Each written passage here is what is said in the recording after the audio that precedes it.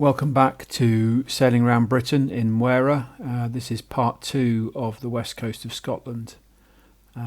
In this episode I go from Plockton and eventually get to Port Ellen after 15 days and 14 passages of sailing. The first part was to leave Plockton and go round the corner into Loch Alsh and then down the narrows of Carray into the Sound of Sleat. As I passed under the bridge, I could see behind me a very spectacular boat, which as it got closer I identified as the Ida Franson, a 63-foot gaff rig cutter, which followed me down and eventually overtook me as we went down the narrows. Had a good breeze and about 3 knots of tide under me, and the wind got stronger as it channeled down the narrow part. At the bottom I headed over to the west side to Duisdale Bay to stop there for the night, and it's a short walk up the hill from there to Duisdale House, which is a nice hotel. So I went in there for a drink or two in the evening before carrying on the next day. I did stop at Mallaig on my way past because I noticed my outboard had been using quite a lot of oil, and I went into the chandlers there and they advised me that maybe my oil was too low viscosity, so I bought some high viscosity oil and did an oil change and then carried on. This is the statue at the mouth of the harbour. From there I carried on south and round the Point of Sleat and then headed up north towards Loch Scavaig with this spectacular view of the Coolin Ridge in front of me. Anchorage at Loch Scavaig is an absolute classic, ideal for a shallow draft boat. You can tuck right into this anchorage in the top left hand corner of the chart, and it's quite easy to get ashore.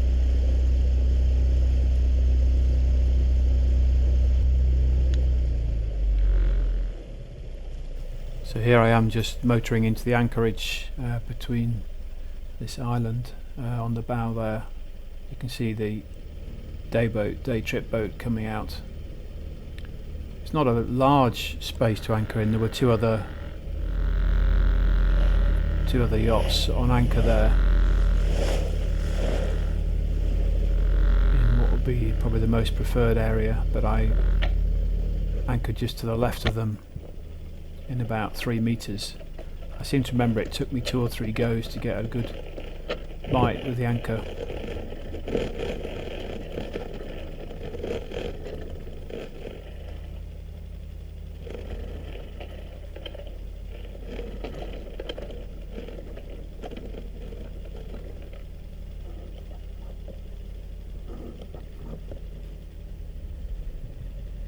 Just head back to the cockpit to put the boat in reverse and dig the anchor in, and it's always nice when the bow just snugs up tight as the anchor rope comes taut.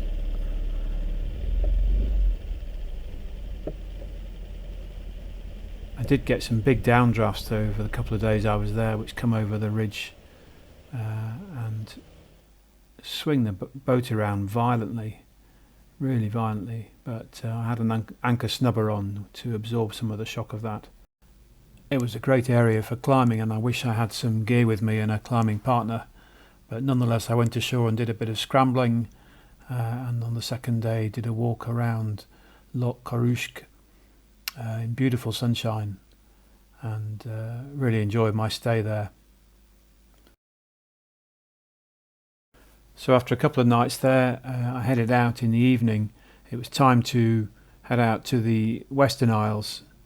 So I left the anchorage at around, I think, 10:30 in the evening under a beautiful clear moonlit night. Went out through the Sound of Soay, heading across sort of west-northwest towards South Uist and the Wizard Pool anchorage.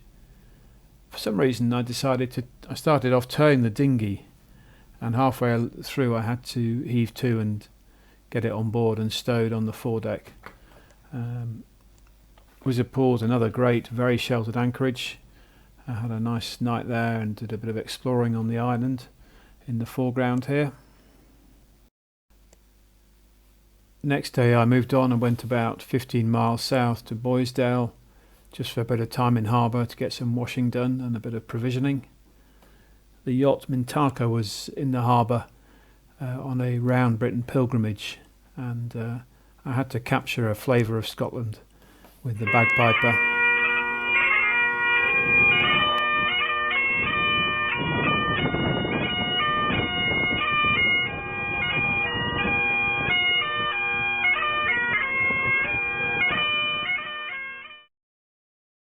Next stop was the island of Eriskay, with a lovely sheltered sea lock and some very noisy seals that were basking on the rocks there, and with the background music for my morning. I did some baking with this stovetop oven, also known as an Omnia stove, and made some nice bread. And I also went for a walk up the hill to try and get a phone signal and discover this beautiful white beaches on the Atlantic side, which was a lovely surprise.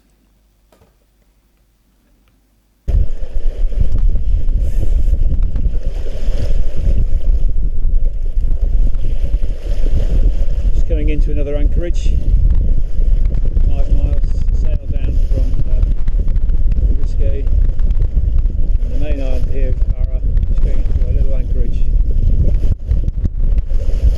the middle of some islands just to the northeast. It's a beautiful evening as always. Boat sailing herself at the moment. Just going to tuck in behind that island over there.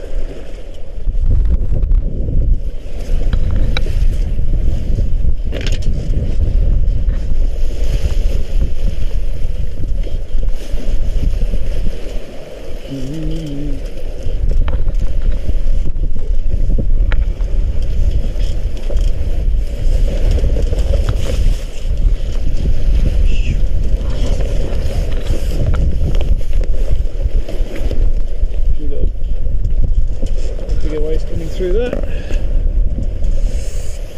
Good. Right. In fact, I didn't have a great night at that anchorage, and so I decided to brave somewhere just nearby, which was this little pool between the two islands of Eriskay and Gihé. And this turned out to be one of the best anchorages on my whole trip.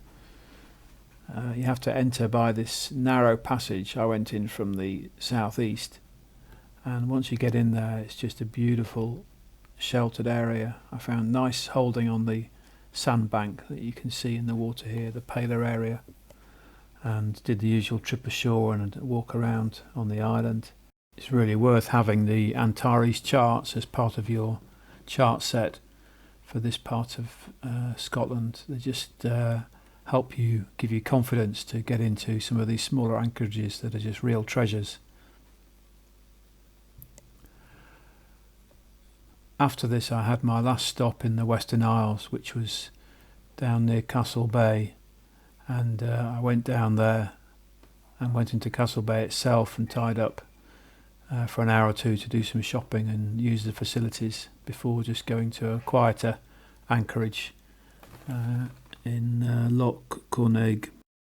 So it was time to head east again, and my first stop was an anchorage on Col Bricaka, I think you pronounce it, and from there I made my way south, heading for Port Ellen, which would be my last harbour in Scotland. Slowly making my way to Col. It's been quite a light wind, gentle seas trip, but had an amazing visit from the dolphins again, and of course get the big red sailor. See what it can do for us on the last couple of hours of the trip. Right in the distance I can see the profile of Cole with Tirray somewhere a bit to the south. Come out on the GoPro.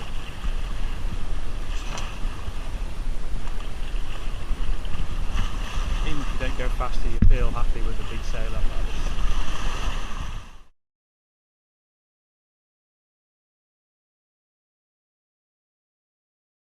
After Cole, I passed through the Treshnish Islands. This is Backmoor, or the Dutchman's Cap, and then I came past Staffa, famous for Fingal's Cave. Poems and music have been written and inspired by the cave, and I decided to stop off there and found a small patch of sand just on the east side of the island where I could get the anchor down and get a good hold. And then I took my dinghy into the landing stage and walked round to the cave. That evening I came into an anchorage on the south side of Ulva, which was a beautiful, peaceful spot. And the people there with me had just seen an eagle flying over the hills, but I missed that, unfortunately. After that I headed south and down across to Iona Sound and had 2 nights anchored around Tinker's Hole, not quite the true Tinker's Hole anchorage, but somewhere slightly north of there, and just somewhere where I could get in with my shallow draft, and had a nice time. I went to the Sunday service at Iona Abbey and did a walk on the hills there. Unfortunately I didn't have any shillings with me, so I couldn't get through this gate. From Tinker's Hole I carried on, and via another anchorage I ended up in Loch Tarbert and made my way through the first narrows into one of the inner parts of the loch. And unfortunately I just didn't get many good photos there, but it just felt like I was just dwarfed by an enormous space, with the sound of birds and things echoing across the loch. It was really a lovely spot. From there I had a fantastic passage down the Sound of Islay, with this larger boat tacking with the tide and overtaking me. I had to chuckle at the determination to build a wall around this lighthouse, following the contours of the cliff top.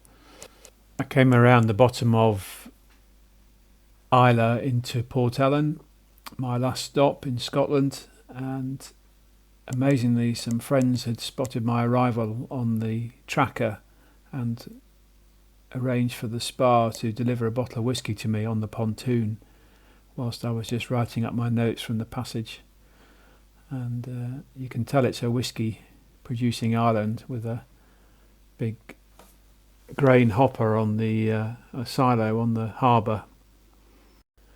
So that brings me to the end of my time in Scotland, on the west coast here, and I had 3 weeks of no rain and favourable winds, which made for a fantastic time of exploration. Now I have to push on south and start doing some serious passage making again. See you next time.